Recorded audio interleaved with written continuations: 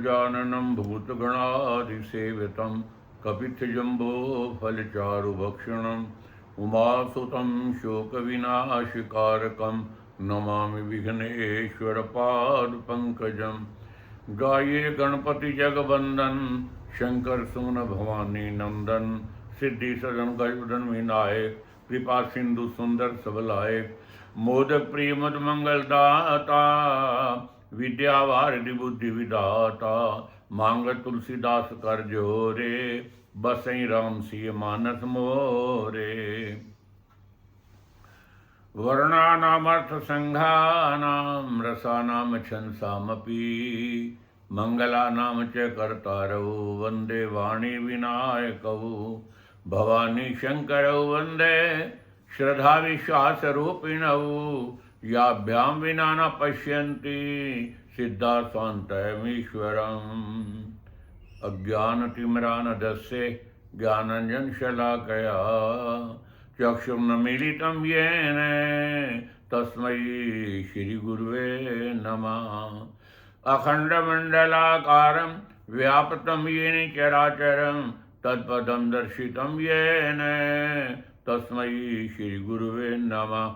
गुरुर्ब्रह्मा गुरुर्विष्णु गुरुर्साक्षात् महेश्वर गुरुवे परं ब्रह्म तस्मै श्रीगुरुवे नमः। ओम श्री सद्गुरु चरण कमलेभ्यो नमः।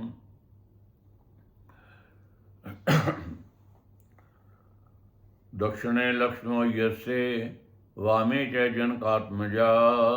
पुरतो मार्तो यस्य तं वन्दे रघुनन्दनं।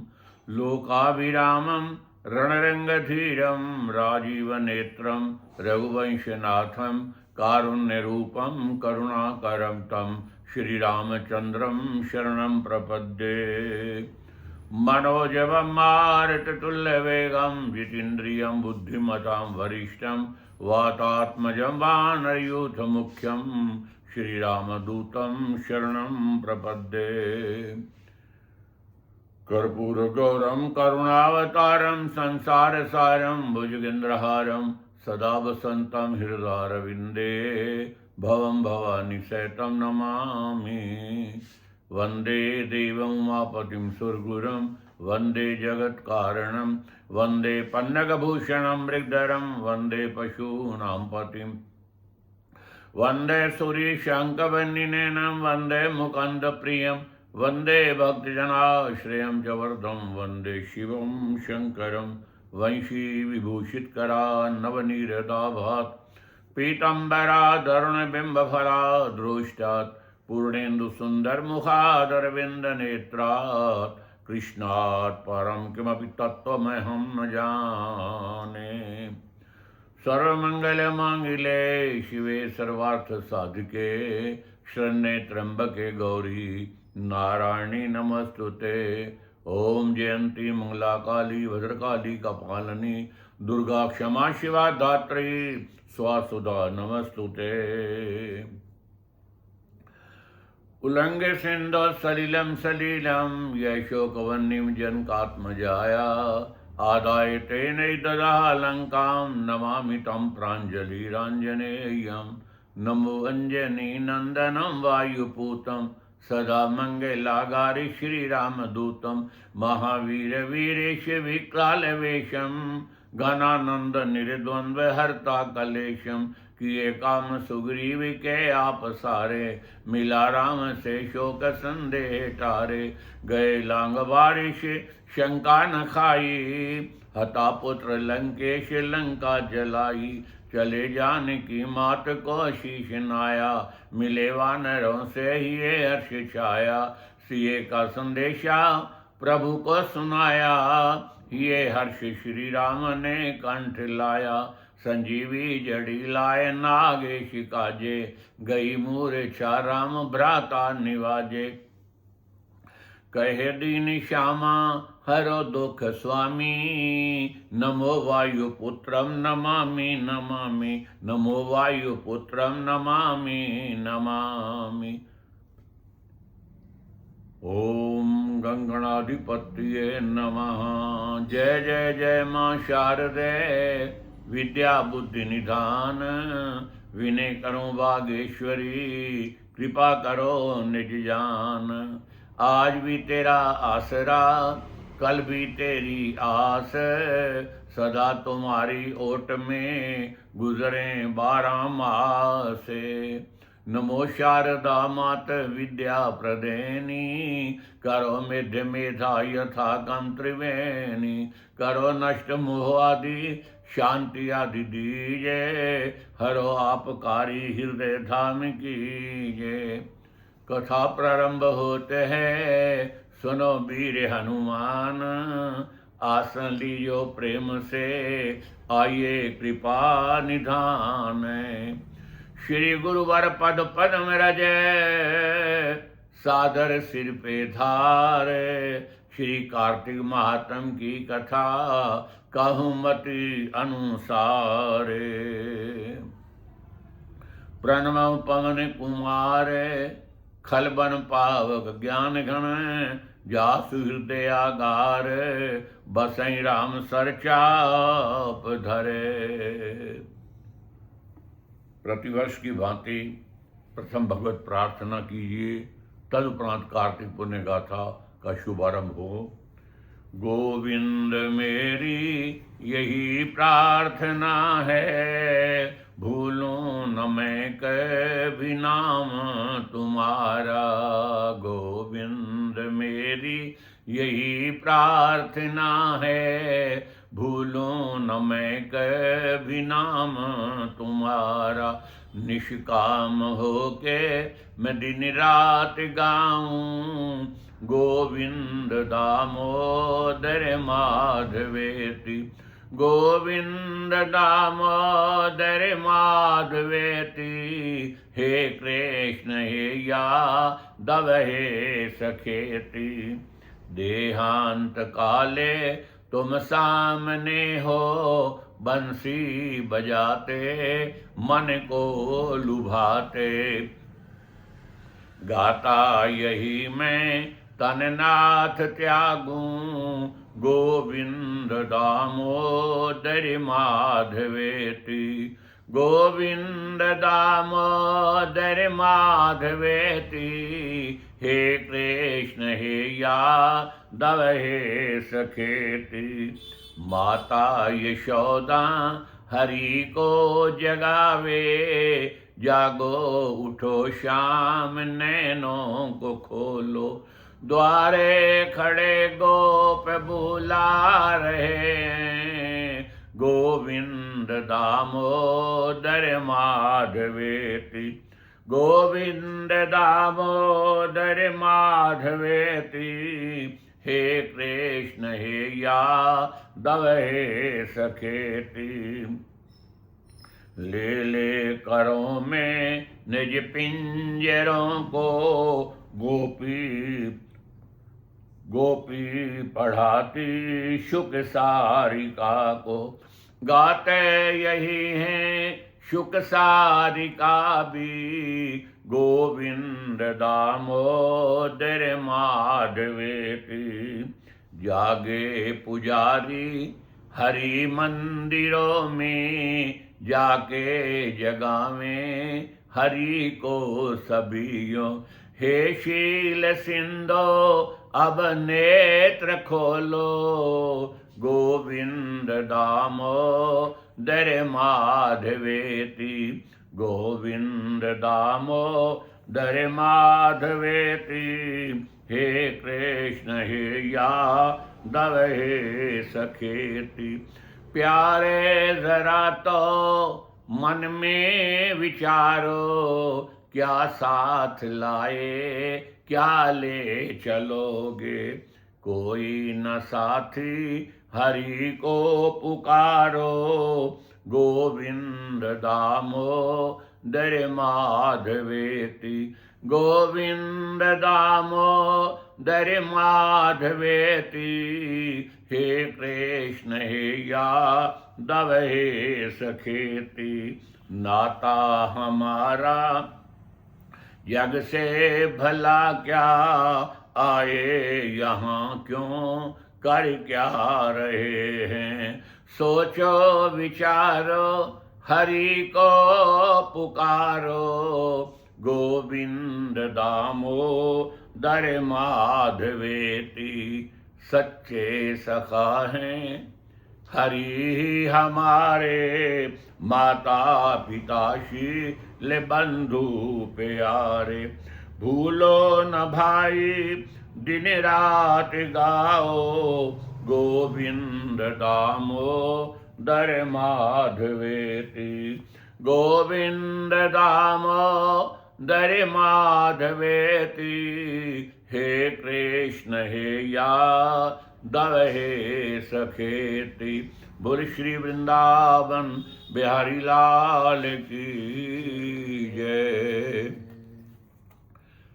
श्री गणेशाय नमः। नारायणं नमस्कृत्य नरं चैव नरोत्तमं, देवीं सरस्वतीं चैव ततो जयमुदीरयेत्। नन्दगोपसुतः कृष्णो ब्रह्मस्त्रीणां विकास्यते, विद्युतां दिक्षु सन्दोहे अम्बाभृत्यै यथा तथा। शौनकोवाच आगतं हि कलिकां कलिं ज्ञात्वा नैमिषारण्यवासिनां, विष्णु धर्मोपदेशेन संरक्ष सूत सुब्रत।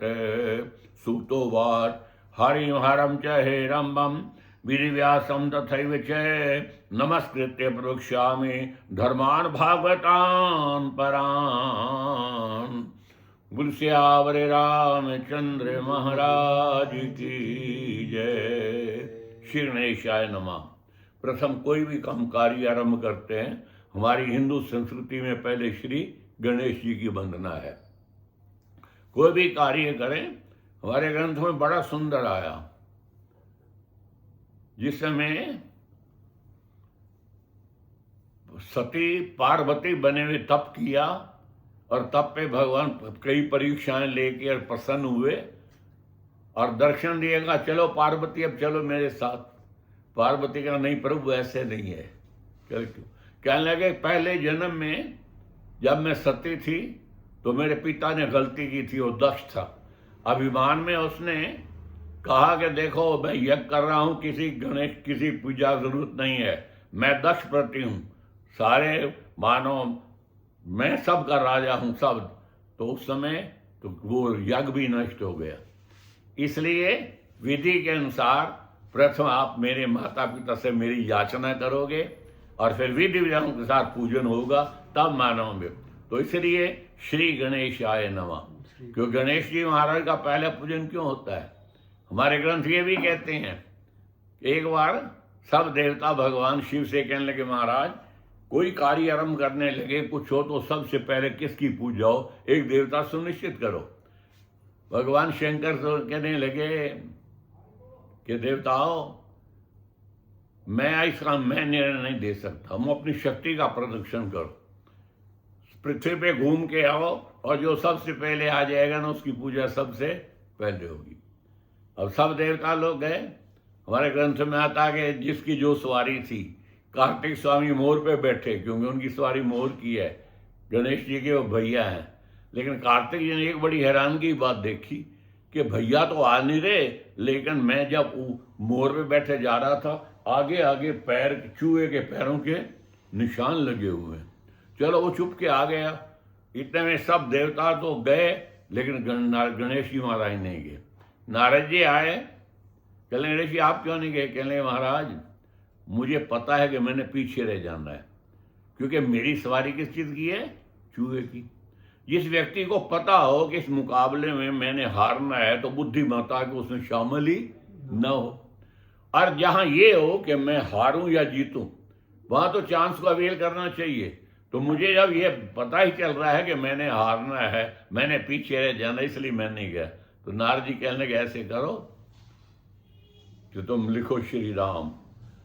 हाथ में लिखा राम लिखा और कहने लगे माता से प्रार्थना करो। गणेश जी कहने लगे माता जी पृथ्वी की प्रदक्षिणा की आज्ञा दी है पिताजी ने, तो जो माँ है वो पृथ्वी है, यहाँ बैठो भगवान शिव के साथ। भगवान शिव और पार्वती को बिठा के आगे राम लिखा हुआ, क्योंकि गोसाई जी ने भी रामायण के अंदर लिखा है कि गणेश जी ऐसे हैं जिनको पता है कि नाम की महिमा क्या है, कि महिमा जासु जान गणराऊ, प्रथम पूजियत नाम प्रभाऊ। तुलसीदास जी भी कहते हैं रामायण में कि नाम की महिमा गणेश जी जानते हैं, कि मैंने राम नाम की परिक्रमा से सबसे पहले मेरी पूजा हुई। साहब जब गणेश जी ने 7 प्रदक्षिणा की और भगवान शिव के सामने जाने लगे, शंकर जी कहने लगे प्रदक्षिणा कर रहा है, मैंने कहा आप एक कहते हो, मैं तो 7 प्रदक्षिणा कर रहा हूं। अब शंकर जी शास्त्र की बात का खंडन नहीं कर सकते। शास्त्रों में लिखा है कि माता पिता की परिक्रमा का फल पृथ्वी परिक्रमा के बराबर है। समय शंकर जी ने तिलक कर दिया, तिलक करके और उस गद्दी पे बिठा दिया जहां प्रथम पूजनीय बैठना था। अब वो जो देवता लोग दौड़ के आए तो देखा कि जब वो सीट तो फिलअप हो चुकी है, कि आपने ये क्या किया, आपने अपने पुत्र की पूजा पहले करवानी थी तो आप फिर कह देते कि मेरे पुत्र गणेश की पूजा होगी, आप यही पहले कह देते और हम हाँ में हाँ भर देते। आपने मानो मेरा पूजन भी इनका। तो उस समय गणेश शंकर जी कहने लगे ऐसे है, कहने लगे ये ना आगे ना पीछे ना बीच में, सब क्यों पूछो। सबने कहा आपने गणेश क्यों नहीं देखा। उस समय भगवान शिव कहने लगे देखो मैं गणेश से पूछता ही नहीं हूँ, तुम जाओ पहले देख के आओ कि चूहे के पैरों के निशान कहीं हैं या नहीं, अगर ना हुए तो मैं कह दूंगा। अब वही आकर के जो अपोज कर रहे थे, जो विपरीत थे, वो कहने लगे महाराज चूहे के पैरों के निशान तो लगे हुए हैं। तो उस समय इसलिए गोसाई जी ने बड़ा सुंदर लिखा कि महिमा जास जान गणराऊ, प्रथम पूजियत नाम प्रभाऊ। इसलिए इस सदग्रंथ का प्रारंभ करते हुए पहले श्री गणेश जी की वंदना की जाती है। ओम सुमक्षयिक दंतस्य कपिलो गज कर्ण कै, लंबोदर विक्तो विघ्नाशो विनायका, धूम्रकेतुर्गणाध्यक्ष भालचंद्रो गजानन, द्वादशैतानि नामानि यः पठे शृणुयादपि, विद्यारंभे विवाहे च प्रवेशे निर्गमे तथा, संग्रामे संकटे चैव विघ्नस्तस्य न जायते।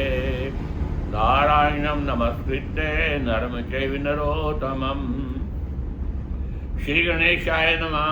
श्री नारायण तथा नरों में श्रेष्ठ नर एवं सरस्वती देवी को नमस्कार करने के उपरांत इनका जय जयकार करते हुए बोलो नारायण भगवान की जय।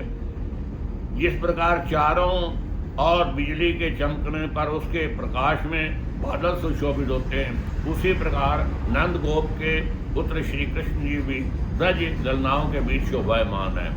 शौनक ऋषि ने कहा, शौनक जी 88 ऋषियों में प्रधान है। सूजी महाराज नैमिष तीर्थ में बैठे हैं। शौनक आदि 88 ऋषियों में सूजी ने प्रश्न किया कि प्रभु घोर कलयुग आ रहा है, अब लोगों की रक्षा के लिए कोई उपाय बताओ। सूजी कहने लगे आपने बहुत अच्छी बात पूछी है। यही एक बार नारद जी ब्रह्मलोक को गए, उन्होंने यही प्रश्न ब्रह्मा जी से किया, नारद जी आज पूर्णिमा भी है, सत्यनारायण जी का व्रत भी है, सत्यनारायण जी कथा का शुभारंभ जो प्रकट गुप्त हुई कथा को नारद जी ने प्रकट कराया था। नारद जी ने जाकर के भगवान विष्णु से पूछा था कि लोगों का कल्याण कैसे होगा, क्योंकि नारद जी भगवान के हृदय हैं और विश्वम ये सारा संसार जो है भगवान का रूप है। तो भगवान भी चाहते हैं कि जीवों का कल्याण हो, लेकिन मनुष्य शरीर में कर्म करने की छूट दी हुई है, इसलिए वो कहते हैं अच्छे कर्म करें। उसके कारण भगवान भी अब नारद जी के माध्यम से, नारद जी ने नारायण जी से सुना सत्यनारायण देव कथा। आज सत्यनारायण भगवान का व्रत भी है, उनकी पूर्णिमा की कथा भी होती है।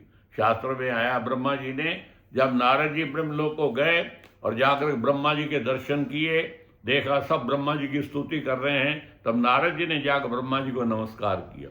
तब ब्रह्मा नारद जी ने भी यही कहा, प्रभु हमें हे पितामह कार्तिक मास सभी महीनों में श्रेष्ठ है, अतः इसके महात्म को यथाविधि आप मुझे कहो। कार्तिक मास के स्नान, व्रत, नियम तथा हरि पूजन के महात्म का मेरे प्रति संगोपान वर्णन कीजिए। ब्रह्मा जी बड़े प्रसन्न हुए, कहते नारद मैं बहुत प्रसन्न हूँ, क्योंकि वैष्णव से वैष्णव धर्म कहना उसको पृथ्वी दान का पुण्य का फल प्राप्त होता है। क्योंकि अगर हम किसी नास्तिक से कहेंगे वो उल्टा बोल देगा, लेकिन अगर विष्णु भगत को कहेंगे भगवान की कथा तो वो बड़े ध्यान से सुनेगा, कहेगा। इसलिए वैष्णव को हे निष्पाप कार्तिक मास में विष्णु जी को देख से जो भी पुण्य किया जाता है वह सब अक्षय होता है। कार्तिक में प्रभु के ध्यान में जो पुण्य किया जाता है उसका कभी क्षय नहीं होता। ये मैं सत्य कह रहा हूं।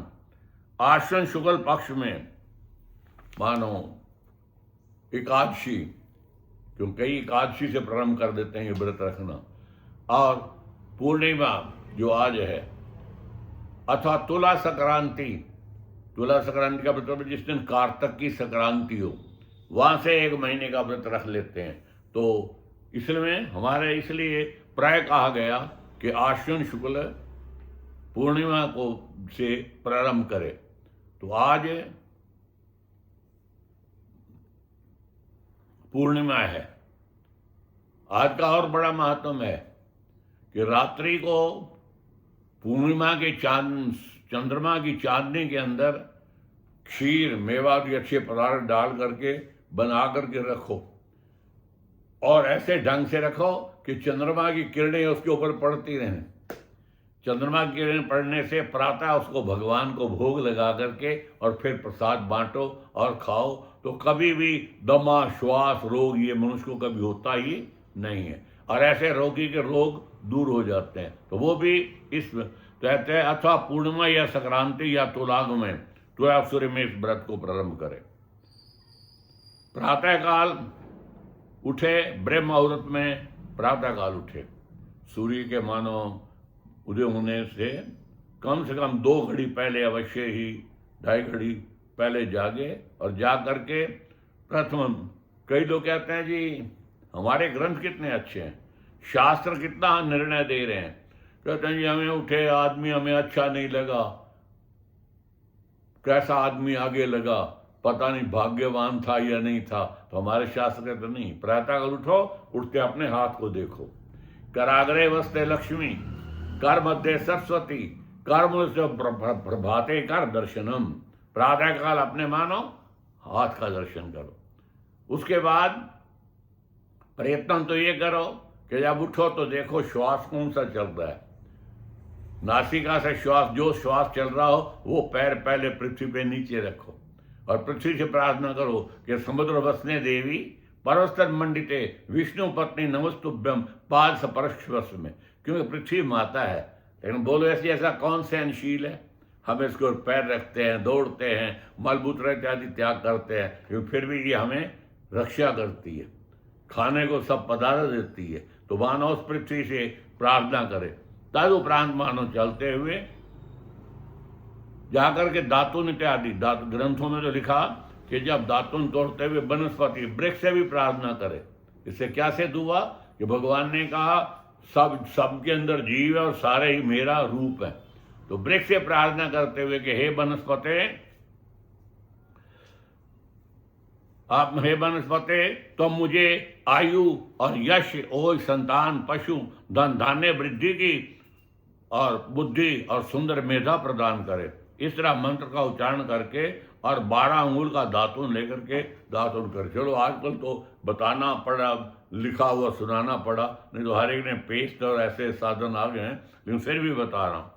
और उनमें भी उन्होंने वर्णन किया कि प्रतिपदा, अमावस्या, नवमी, ये एकादशी तिथियों को जाकर के वृक्ष से दातुन न तोड़े, या अर्थात मां उनको, लेकिन ये तो साधन है कि आदमी को नियम हो, व्रत तो कोई ना कोई नियम करने की उपासना दी गई।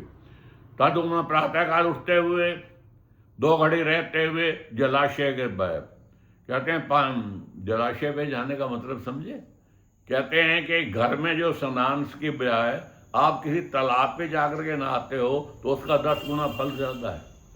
उससे आप किसी तीर्थ पे जाके नहाते हो, किसी देव नदी पे नहाते हो तो उससे 10 गुना उसका फल ज्यादा है। और उससे कैसे त्रिवेणी, कहा कई नदियों का संगम हो तो उससे 10 गुना फायदा है। लेकिन आपको पता है ऋषि लोगों ने हमारे लिए कितनी बड़ी बात बताई। आज मैं देखता हूं कि प्रातःकाल सब 4 बजे पार्क की ओर दौड़ते जाते हैं दौड़ते, लेकिन हमारे ग्रंथों में है कि अगर हम नियम से करें तो हमारी वो सैर अपने आप ही हो जाएगी। इसीलिए उन्होंने कह दिया कि घर से तालाब में, तालाब से जाकर के कुएं पे, कुएं से और जितना, भाई उसका भाव क्या है कि जितने ही पद यात्रा करते हुए और जाकर के जल के अंदर खड़े होकर स्नान करते हुए और जल के अंदर स्नान करते हुए पवित्र वस्त्र पहन करके फिर देवता, ऋषि, मनुष्य, पितरों को तर्पण करे। लिखा है कार्तिक मास में पितृ तर्पण करने के समय जल में जितने संख्या में तिल होते हैं ना, उतने वर्षों तक पितृ जो है वो स्वर्ग के अंदर रहते हैं। पितरों का स्वर्ग में ही निवास होता है। स्नानोपरांत मानो पाद, धूली इत्यादि कहते हैं कि क्रय स्नान उपरांत आया, उस समय अशुद्ध स्थान की धूली का स्पर्श न होने दे। और स्नानोपरांत इनको मानो दोबारा स्नान करना पड़ता है अगर अशुद्ध से मिले। छींकना, थूकना, जम्भाई लेने से, दांतों से जूठ निकालने से भी, या झूठ बोलने से भी, तो या पतितों के साथ जो लोग अपने धर्म से जुड़ चुके हैं, ऐसे व्यक्तियों के साथ बात करने में भी मनुष्य को मानो अति हानि होती है। बल्कि यहाँ तक लिखा है कि भाषणे पद्नाम क्या दक्षिणे श्रवणम सब प्रशेत। कहते हैं अगर किसी गलत व्यक्ति से बात कर भी बैठा है ना, तो क्षमा के लिए अपने दाएं कान को हाथ लगा दे। अब इसका मतलब आप समझे। हमें अपना बचपन याद है, उस समय कोई लड़का गलती करता तो मास्टर जी कहते कान पकड़ो, कान पकड़ो। तो उस समय वो उन्हें घोड़ी बनाकर उसको कान पकड़ाते। लेकिन ये कान पकड़ना आया कहाँ, इसका रहस्य हमारे ग्रंथों को पढ़ो। जो चीज़ें हमारे ग्रंथों में जितना कुछ है ना, उतना कहीं भी नहीं, लेकिन हम भूले हुए हैं। हम सोचते हैं अगर हम अपने ग्रंथों का ही, प्राय लोग पता क्या कहते हैं जी, बस दूसरे देशों से इतनी हमारे हमने उन्नति की। क्या आज से मानो पहले लोग सोचते थे, पहले दिल्ली में टीवी आया, पहले रुचि से लोग गांव वाले जाते, कोई संबंधी दिल्ली रहता तो भी उसके घर जा करके हम टीवी से देखें। फिर ये फ़ोन आए, फिर इन्होंने ये कहा जी फ़ोन पे बात करते हुए मूर्ति नजर आएगी। अब ये सारी चीज़ें देख रहे हैं, लेकिन मैंने कहा नहीं, आज से 5000 साल पहले का ये उदाहरण है कि ये संस्कृति जो है, ये विज्ञान जो है भारत का है। महाभारत का युद्ध शुरू होने लगा तो व्यास जी आए, कहने लगे धृतराष्ट्र है, धृतराष्ट्र समझो ना, दुर्योधन के पिता का नाम है धृतराष्ट्र। मेरा कहना तो नहीं मानना। मैंने तो ये कहा था कि जो पुत्र तेरा है ये बहुत दुष्ट है, इसको निकाल घर से। ये शरीर के हमारे सारे अंग हैं, ये सारी संतान तुम्हारी है, लेकिन जो अंग खराब हो जाए और ऐसा रोग लग जाए कि ये ठीक नहीं होगा तो उसको कटवा भी देते हैं। वो कहते हैं और अंग शरीर तो बच जाए, लेकिन तो नहीं माना। अब महाभारत का युद्ध हो रहा है, अब बोलो आंखें दे दूं, लड़ाई देखनी है। तो धृतराष्ट्र ने कहा ऋषिवर, मैं लड़ाई देखूं तो दुनिया कहेगी कि ये अकल का भी अंधा था। आंखों का अंधा नहीं, अकल का भी अंधा था। नहीं तो हम बोल, जो आदमी चक्षुहीन हो ना उसको हम बोलते हैं प्राज्ञ चक्षु। क्या बोलते हैं? प्राज्ञ चक्षु, बुद्धि की आंखें। लोग कहेंगे कि ये तो अंधा ही अंधा था। कहें क्यों? कहेंगे सारी उम्र अंधा रहा, जब भतीजे पुत्र आपस में लड़के मरने लगे तो आंखें मांग बैठा। कह नहीं, मैं नहीं देखना चाहता, लेकिन एक इच्छा है कि मुझे युद्ध का हाल तो सुना दे, युद्ध का हाल। उस समय व्यास जी ने कहा मैं संजय को दिव्य दृष्टि देता हूं। संजय जो संयमी है, नियमी है, इसको महाभारत का सारा युद्ध दिखाई देता रहा।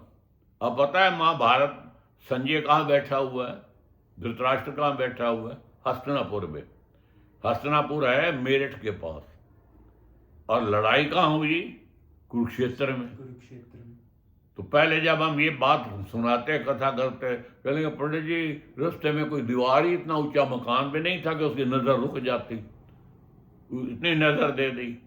अब कोई ये सवाल नहीं करता। तो मैंने कहा ये विद्या ही भारत की है शुरुआत में। आज हम पिछड़े हुए बन गए ना, नहीं सब कुछ ये भारत का ही है। तो संजय आपको सारा युद्ध का हाल सुनाएगा। तो ये क्या चीज़ थी कि बैठे हुए हैं कहाँ? हस्तिनापुर में। हस्तिनापुर मैंने आपको बताया कहाँ है? मेरठ के पास। बैठे हस्तिनापुर में हैं और हाल युद्ध कहाँ हो रहा है? कुरुक्षेत्र में। अरे गीता कहाँ सुनाई गई? इस कुरुक्षेत्र की भूमि में। उस गीता को कुरुक्षेत्र पर भगवान कृष्ण के मुख से निकली। गीता एक ऐसा ग्रंथ है, मैं आपको बताऊं, और एक ऐसा ग्रंथ है वो गीता ही है जो भगवान के मुख से निकला हुआ है। और जो ग्रंथ हैं ये ब्रह्मा जी भी तो हैं, भगवान के पुत्र ही है ना। ये समझो कि ब्रह्मा जी भगवान के सबसे पहले पुत्र हैं। ब्रह्मा जी ने जब देखा ना कि ये लोग वेद नहीं पढ़ सकते, तो उन्होंने वेदों का रस निकाल करके 18 पुराण बनाए। 18 पुराणों में ही एक पद्म पुराण है, जो कथा आप कार्तिक की सुन रहे हो। इस कार्तिक महात्म की कथा किस में आती है? पद्म पुराण के अंदर आती है। तो ये कहने का तात्पर्य कि इसलिए जो अशुचि को तुम ये कि मैं आपको बता रहा था भाई कान पकड़ना। अब पता चला कि अग्नि आपस्त्रयो देवाश्च, कहते हैं कि अग्नि और आपमान अग्नि, जल और चंद्रमा, सूर्य, ये सब देवता दाएं कान में रहते हैं। इसलिए पहले था कान पकड़ना। हमें यही पता कि कान पकड़ा देते, जो लड़का गलती करता मास्टर कान पकड़ो। तो इसलिए हमारे शास्त्र ने बताया कि जिस समय आप दाएं कान को हाथ लगाओगे तो ये है कि मैं गलती जो कर रहा हूँ ना, इन देवताओं से अग्नि और सूर्य और जल इत्यादि ये देवता और चंद्रमा, ये देवता मुझे क्षमा करें, रक्षा करें और आगे ऐसे मैं गलती ना करूं। इसलिए जो कान पकड़ने की आज प्रथा हो गई। प्रातःकालीन कृत्यों को समाप्त करने के बाद भानु अर्घ इत्यादि दे गंध पुष्प फलों द्वारा समर्पित करके दक्षित होकर के ये कहे कि भगवान स्नान करते हुए या प्रार्थना करे पहले दिन कि प्रभु मैंने विधि पूर्वक कार्तिक के मास के अंदर मैं व्रत स्नान इत्यादि जो करूं आप ग्रहण करो और मुझे इतनी शक्ति प्रदान करें कि जिससे मैं कार्तिक स्नान और कार्तिक गाथा को प्रेम से जो भी नियम रखना हो, क्योंकि व्रत का नाम होता है नियम। हम कहते हैं उपवास, हमने व्रत का उपवास का मीनिंग क्या होता है? उपवास, भगवान के नजदीक बैठना। तो अब ये सोचें कि कार्तिक मास में हम भगवान के नजदीक होते हुए अर्थात आदमियों को बुराइयों को त्याग करके और अच्छाइयों का पालन करते हुए ये इति श्री पद्म पुराणे कार्तिक महात्म्य स्नान वर्णम नाम प्रथम अध्याय में ये स्नान का विधान आया। और बड़े प्रेम से प्रभु की मानो आरती उतारें और समझ। ओम जय जगदीश हरे, स्वामी जय श्री कृष्ण हरे, भक्त जनों के संकट दास जनों के अवक बंसी वाला दूर करे। ओम जय जगदीश हरे, जो ध्यावे फल पावे दुख बिन से मन का, स्वामी दुख बिन से मन का सुख संपत्ति घरे आवे, बंसरी वाला घरे आवे, काष्ट मिटे तन का। ओम जय जगदीश हरे, मात पिता तुम मेरे, शरण पढ़ूं मैं किसकी, स्वामी चरण गाऊं मैं किसकी, तुम बिन और न दूजा, स्वामी बिन और न दूजा, आस करूं मैं किसकी। ओम जय जगदीश हरे, तुम पूर्ण परमात्म तुम्हें अंतर्यामी, स्वामी तुम अंतरे। और ब्रह्म परमेश्वर पार ब्रह्म सच्चा ईश्वर तुम सबके स्वामी। ओम जय जगदीश। तुम करुणा के सागर तुम पालन करता स्वामी तुम पोषण करता। मैं मूर्ख खल कामी मैं सेवक प्रभु स्वामी कृपा करो भरता। ओम जय जगदीश हरे।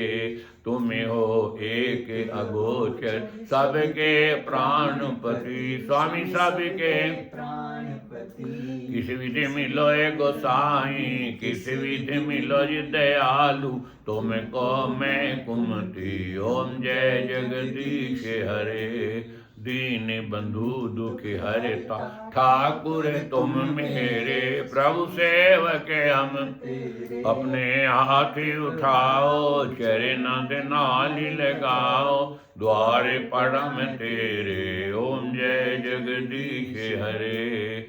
श्याम सुंदर विषय विकार मिटाओ पापे हरो देवा स्वामी काष्ट श्रद्धा भक्ति बढ़ाओ श्रद्धा प्रेम बढ़ाओ संतन की सेवा। ओम जय जगदीश हरे।